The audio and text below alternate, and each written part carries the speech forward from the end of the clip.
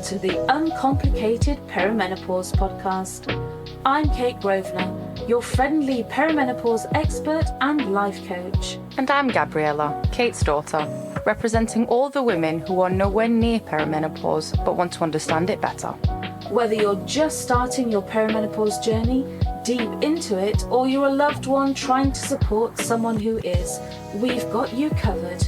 We'll be answering all of your burning questions, exploring the ups and downs, and sharing expert advice and personal insights. So grab a cup of tea, get comfy, and let's dive into the wonderful, sometimes wild, world of perimenopause together.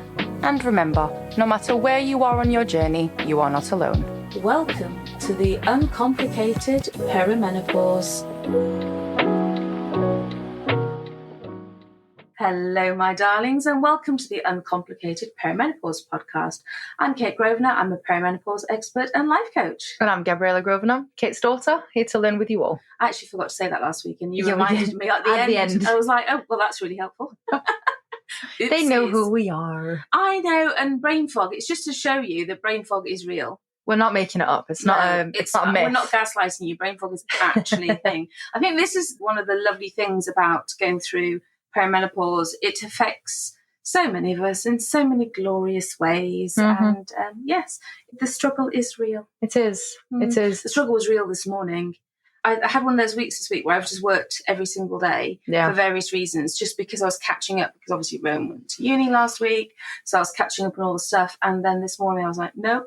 I was like Garfield. Do you remember the old Garfield cartoons when he could get out of bed? Yes. The older you get, the more you relate to Garfield, right? I know. Lasagna and coffee and he hates Mondays. Like, I get it. No, I love Mondays. Come on, we love what we do. I like what I do, but just Monday. I think we're wired to not like Mondays. No, I like all days. All right.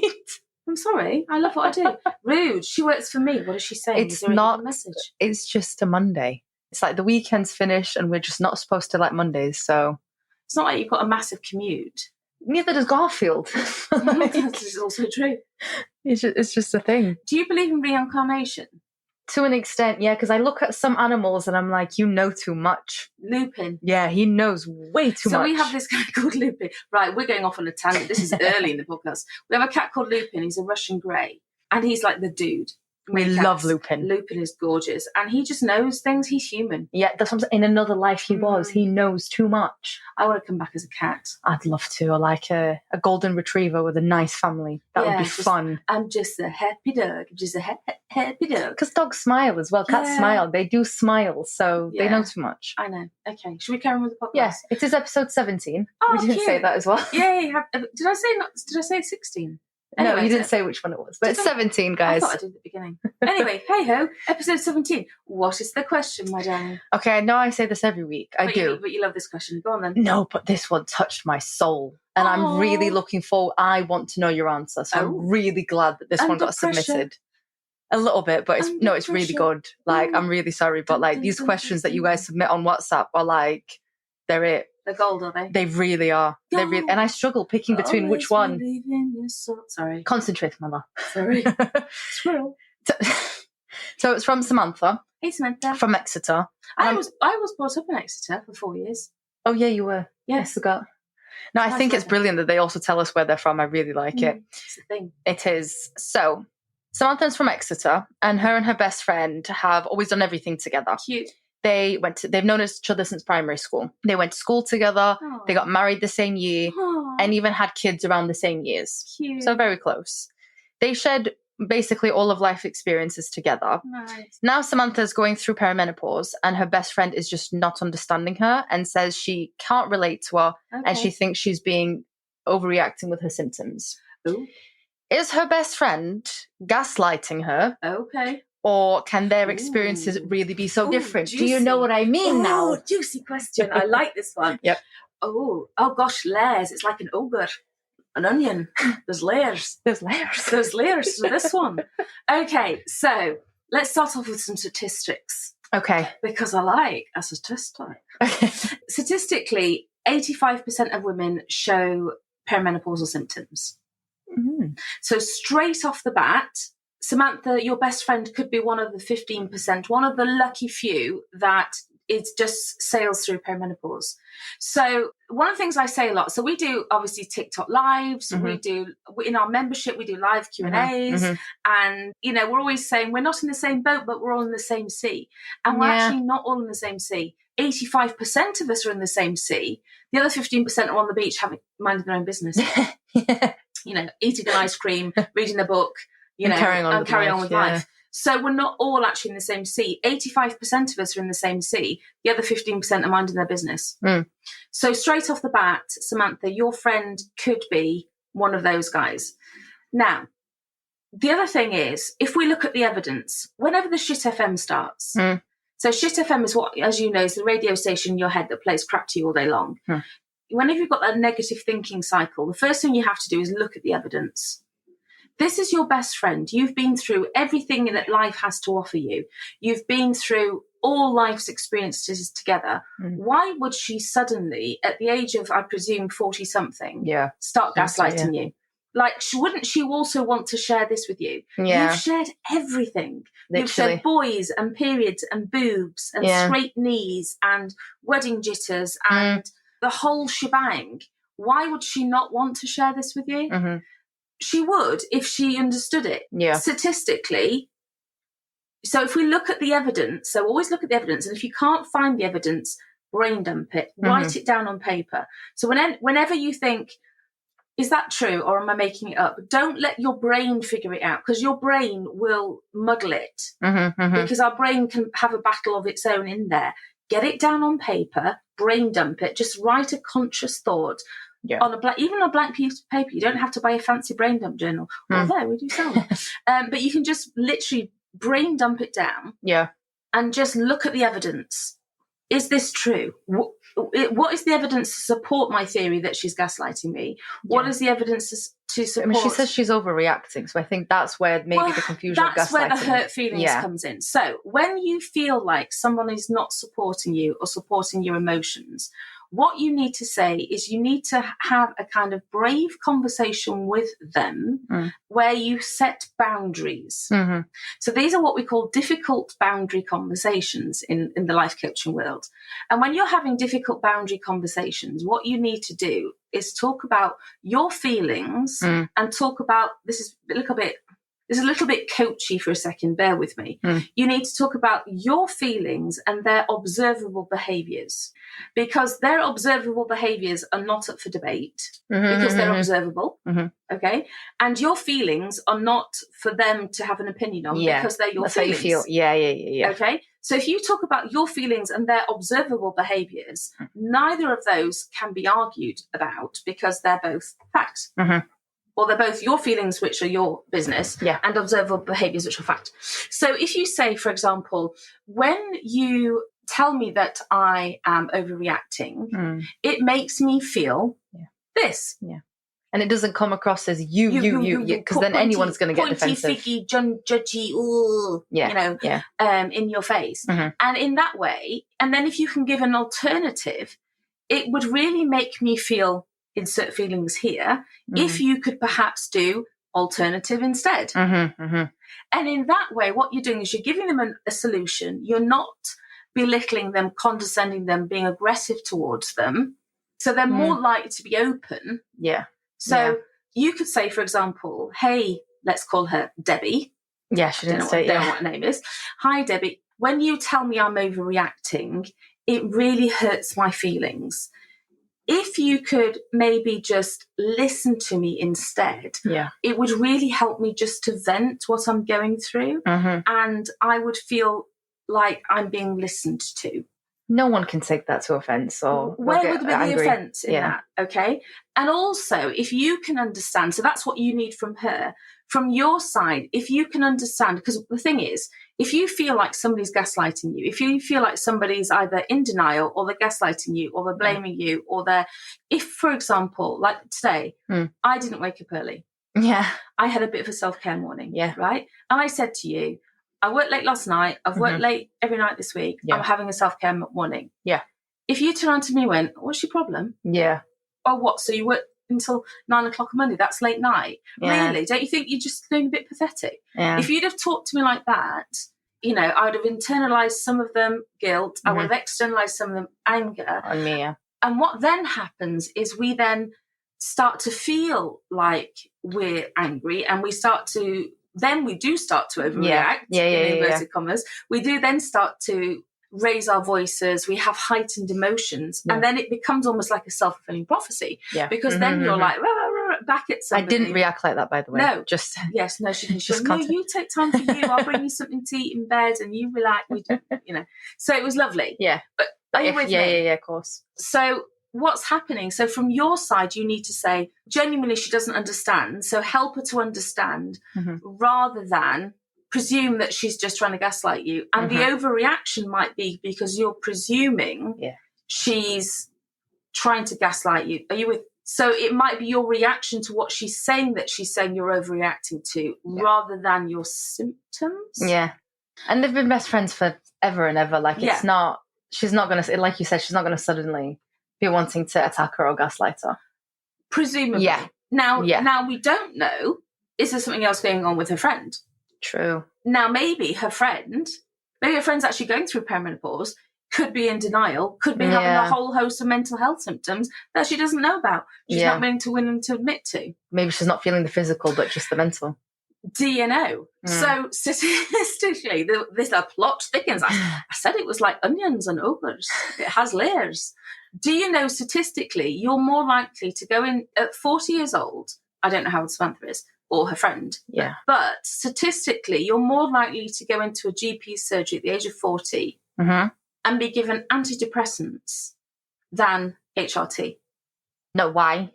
Because you're more likely to be diagnosed with depression than you are perimenopause. Based on what symptoms? Based on the fact that you go in and you say you're feeling down and you're lacking energy and you're feeling disconnected from your feelings and you're feeling like you're lacking motivation and you can't get out of bed and you've What's that going to do, though? That's going to do very little because statistically, again, a very common antidepressant you'll be given is to boost your serotonin, and herein lies the problem.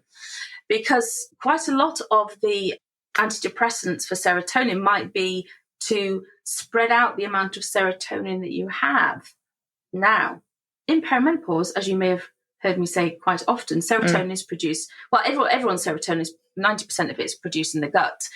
In perimenopause, quite often you have problems with your gut. You get bloated, you get diarrhea, you get constipation, all kinds of things going on in your gut. Yeah. If your gut's out of whack and you're not producing enough serotonin, does it really matter how far you stretch it out? It's like, well, it's so thin anyway. Yeah.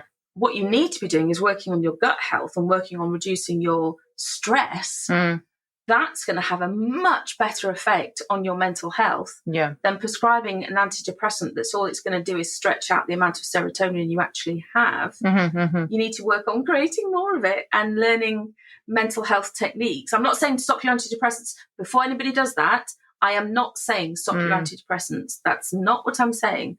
What I'm saying is it would make much more sense to help women replacing the hormones that they need, helping them sort out their gut health, which is more likely to help them create more serotonin, giving them techniques to help reduce their stress so that they help with their gut health. And it helps to reduce the stress, which detracts from their happiness. I'm really shocked. Is it just like a quick fix so they get out of the office? Or well, it's what they're taught to do a lot in healthcare. Right. Antidepressants are pretty much one of the top 5 medicines that are prescribed to I didn't know GPs could just do that. I thought you'd need like another evaluation and further this for you. I didn't know you could get... You know, when I talk about being addicted to prescriptions in 2016, the biggest one was antidepressants. Right. Because I went in complaining of low mood and saying I was really upset. You know, I'd lost my... I mean, it was basically because I was mentally unwell after going through all this, you know, domestic violence and all this control and all this stuff. And I was working up to getting this divorce and stuff. And I needed some mental health work, which I didn't admit to at the time. And they didn't help you either. No, they just gave me antidepressants. And that just made me sleep. And then because I slept in the day, I couldn't sleep at night. So then they gave me sleeping pills. So they just wanted you to sleep all day, every day, or what? So that's what I did. I just slept. And then because I couldn't do anything else, I then ate. Yeah. So that's when I got addicted to that's when I just ate sugar all day. Yeah. So I basically woke up, took the girls to school, came back, went back to sleep because I was so tired because I hadn't slept at night time because I had the sleeping pills which sent me to sleep but didn't keep me asleep. Then I ate sugar all the time when I was awake up, then I was wired, took the girls to school, came back, went to sleep again. I knew all of this obviously going on because I was there, but I didn't know it. How it, the pieces that were put together, antidepressants. And then the painkillers because I was asleep all day and I was gaining more and more weight, so I wasn't walking or moving, so my back got more and more in pain. So then I had all the heavy duty prescription painkillers. So it's painkillers, which do make you sleep as well. So it's painkillers, sleeping pills, and antidepressants. That's all adding up together, and that's don't know how you're ever awake. Well, I was a zombie, darling. Not that I remember you, but I don't remember the pictures. But it's like all the black circles under my eyes and all the rashy skin and the bloating and all that. Because I remember doctors wanted to prescribe me antidepressants, and you were like, no, do not take that. You're too young. You don't need it. Let's focus on other things. But it was because I wanted to teach you coping mechanisms. If I truly thought that that's what you needed, if I truly thought that was the solution, I would have gone, listen. But I knew that what you were going through was something that we could help you with. And, and you do the things that you go for your mental health walks and you vent and you talk things through. And that was much more important for you at that time because it's giving you coping mechanisms to go through it. I'm shocked that that's what the GPs do for women in this. Yeah. So instead of looking at my hormones, instead of thinking about why was I going through what I was going through, they never asked me what I was going through. They never once said to me, are you going through anything? Is there something going on in your life? Is there something? They literally started me on antidepressants. So they went, and wrote the prescription. Yeah. Come on, guys, do better. What is that? Because I see that some of the comments about women just saying that they just got prescribed antidepressants and it's making them feel worse. It's a 10-minute appointment and you walk out with a prescription for antidepressants. That was the problem. So when we talk about, go back to this topic in hand, when we talk about Samantha's friend, we don't know, is she going through something mentally and not having the physical side effects? Maybe she's going through the mental side effects. We don't know, at which point she could be so low that she's resenting her friend that she doesn't know it. I mean, it might not be at all. She might just be going, oh, go on, get a grip. She might just not understand that anybody's going through it. And sometimes when you're really going through it, it's hard to hear what other people are going through and listening to what everyone else, it's hard.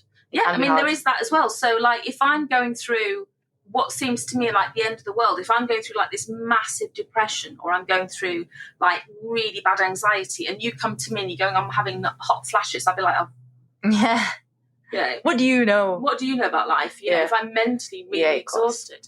So we don't know. That could be, again. So they just really need a chat. They need to have a really honest chat and, have cards on the table. So, Grandpa, this is my dad. Yeah, my grandpa. Her grandpa, my father. His work was as a criminal psychologist. And so one of his roles was to go into prisons and to go into court and to decide whether the person that was accused of a crime, what their mens rea was. And mens rea is Latin for like the mental state behind the crime. So when you commit a crime, there's two things. There's the action itself, and then there's the intention behind the action, the mental state of the person behind the action. So, for example, murder is premeditated. So in order to commit murder, it's a premeditated act. So you have to plan it. You have to know what you're doing. And have the intention to commit murder, right? So the difference between murder and manslaughter is one is premeditated and intentional, and one was basically like an accident. Right. So with your friend, I think you both need to go into a conversation presuming good intent. This is your best friend. This is somebody that you've loved and known and decades.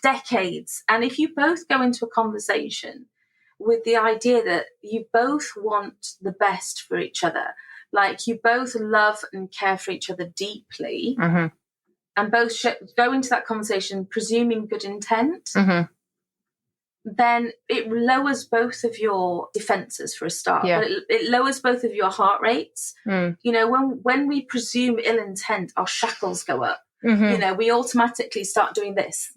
We convey to the other person that we're protecting ourselves and we're going in for a fight. Does that person pick up on it if we don't say anything? Absolutely, 100%. Yeah. Because a lot of what we convey to the other person is non-verbal. So if you're in there and I'm already like this, like I'm pursing my lips and I've got a scowl, and you automatically know this is not going to be good. Yeah. Like, I don't want to talk to this person. But if I'm in there, if I've got my palms open and relaxed and they're on my knees and I've got a smile on my face, you're like, okay, she's open and she's listening to what I'm going to say. This is real psychology. But it's true, right? It's true. It shows you that I'm open, I'm relaxed, I'm willing, you can approach me. And we need to pay attention to these things because friendships can be made or broken at any point. They're almost, I don't want to say they're more important than romantic relationships, but they can certainly go on a lot longer. Yeah. I did see this post recently that this girl said to her friend, your boyfriend might not be at your wedding, but I definitely will. So true story. And it's sometimes like when you and your sisters fall out. My daughters, obviously, I have 3 of them. Yeah. Sometimes I have to say, just, you know that you love each other. Go in there with good intentions. Yeah. Go and try and mend it with good intentions because you all love each other. You're incredibly different, the 3 of you. Could not be more different, I don't think, So sometimes you just have to, you'll hear me often say, presume good intent. Yeah. And sort it out. Yeah. And sometimes you just have to do that. You just have to presume the intentions were good. Yeah. Okay. It's easier though with sisters to presume that than outside people, I think. But surely, if we have the conversation about if you've known somebody since primary school, let's presume both women, again, we don't know how old Samantha and her friend are, who's now called Debbie in my eyes, but I don't know what her name is. Samantha and Debbie. It'd be amazing if her name was Debbie. Please tell us what her name is, Samantha, please. If we presume that Samantha and Debbie are in their 40s, they've known each other for decades. Yeah, at least 3. Are they not sisters? Yeah. Almost? Yeah, my best friend, I've been friends with her 13 years and she's like a sister to me. Never mind 30 years. Really? Yeah, went through periods together. That's why I really related to her question. Yeah, it's I was like periods, scraped knees, boys, boobs, the whole shebang. And it's a lot. And those friends you don't replace easily. No. You don't let go of that kind of history easily. So it's worth trying. And as I said, have those conversations where you talk about your feelings and their behaviours that you can see so that it doesn't come across as really judgy. Yeah. And also, if you can give her an idea of your symptoms and learn language together, maybe we did a podcast, didn't we, about... I've got all the episodes up. Yeah, let me know what number it was and maybe listen to it together. Which one? The one about relationships where we talked about... communication tips. 4. Episode 4. Yeah. So maybe have a listen to that one together, episode 4, where we talk about communication tips. Because although it's not a married couple, it still applies because one person is going through it and one person isn't going through it. Yeah. So you still need to learn to communicate through a barrier. That's a good one. It's still type of relationship, it's still a relationship and there's still a barrier there. I like that. That's good advice. And one last layer we need to go through. I would copy the Scottish accent back, but I'm really really bad at it anyway, so my other half's Scottish, but he'd kill me if he listens to this one. He doesn't. He finds it kind of slightly annoying, slightly entertaining, and a little bit weird. I would if someone tried to, speak English like an Egyptian person. It'd be funny, but it's a bit like, no, you don't know what you're talking. No, you don't get it. Yeah. But although when you speak Arabic, it's cute. Anyhow, so one more layer. Her friend may not be going through the perimenopause yet. Yeah, because we don't actually know how old they are yet. We don't know how old they are. Yeah. So you may be going through the perimenopause and your friend may go through it any years from now, 6 months from now. She may be late onset. Yeah. So we don't know. Some women will go through it. So the average age is 51 for women in the UK. For women of colour, it can be slightly earlier, so 49. Why? Just as. Okay. Perimenopause can be 7 to 10 years. It can be 7 to 15 years at this point. So you could start, let's say, at 35, 38, 40, 42, 45, noticing the changes. Because perimenopause is essentially when your body starts noticing that the estrogen's leaving your body and that you start having symptoms. So you could start noticing it, most generally women start noticing it around 40. So you could be 41, 42 and start noticing it. Yeah. Your best friend could start noticing it at 47, 48. Wow. So she could just turn around and get slammed in the face with it in 2 years from now. So That's another thing to And then she'll really need you, Samantha, at that point. Samantha. So, hey-ho, that's another thing to watch out for. And you can say that to her. Say, listen, you may not have symptoms now, but you may be having symptoms later on. Yeah. So she may not be going through it, but she may absolutely need you in a few months from now because... Yeah. You haven't struggled with that, though, with friends, have you? Explaining your symptoms in that sense, the perimenopausal ones. Not to be funny, but most of my friends listen to the podcast and my videos and stuff. And if my friends had an issue understanding perimenopause, there'd be something a bit wrong. Yeah. Because most of my friends listen to the podcast, watch my videos, have my book. Yeah. And are all my own age. My friends won't understand perimenopause. No, but you've made most of them watch the bit podcast anyway. Yeah. Almost all of them. All my friends in Egypt. And I'm going to go in a few months and I'm taking all their phones again and being like, have you downloaded this one? Have you downloaded that one? Come on, guys. I know, and the boys as well. Literally, they're mostly boys. Bless them. Oh, I love it. I think it's great that they're listening to it and they actually, some of them really genuinely listen to it and send me messages and they want to educate themselves because they know that their mom's going through it. That's it. It's right? Cute. We're educating the world one man at a time. If every woman educated one man, by the time your daughters get there, they'll all get it. They'll all know. Yeah, because boys they understand the periods a bit better. They're getting better because our generation and the generation underneath me are educating their sons.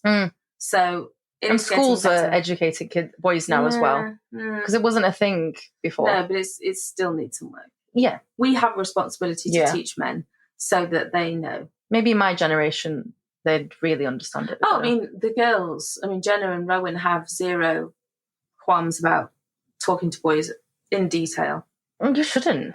So, as always, we hope you've enjoyed this episode. My darlings, any questions, feel free to use the WhatsApp number. Feel free to ask us questions in the Facebook group, which is Perimenopause with Kate Grosvenor. We will see you in there and we will see you next week. Have a beautiful, beautiful, beautiful week.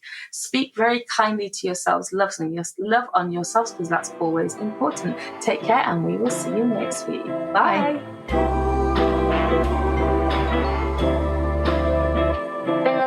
Thanks for joining us today on the Uncomplicated Perimenopause podcast.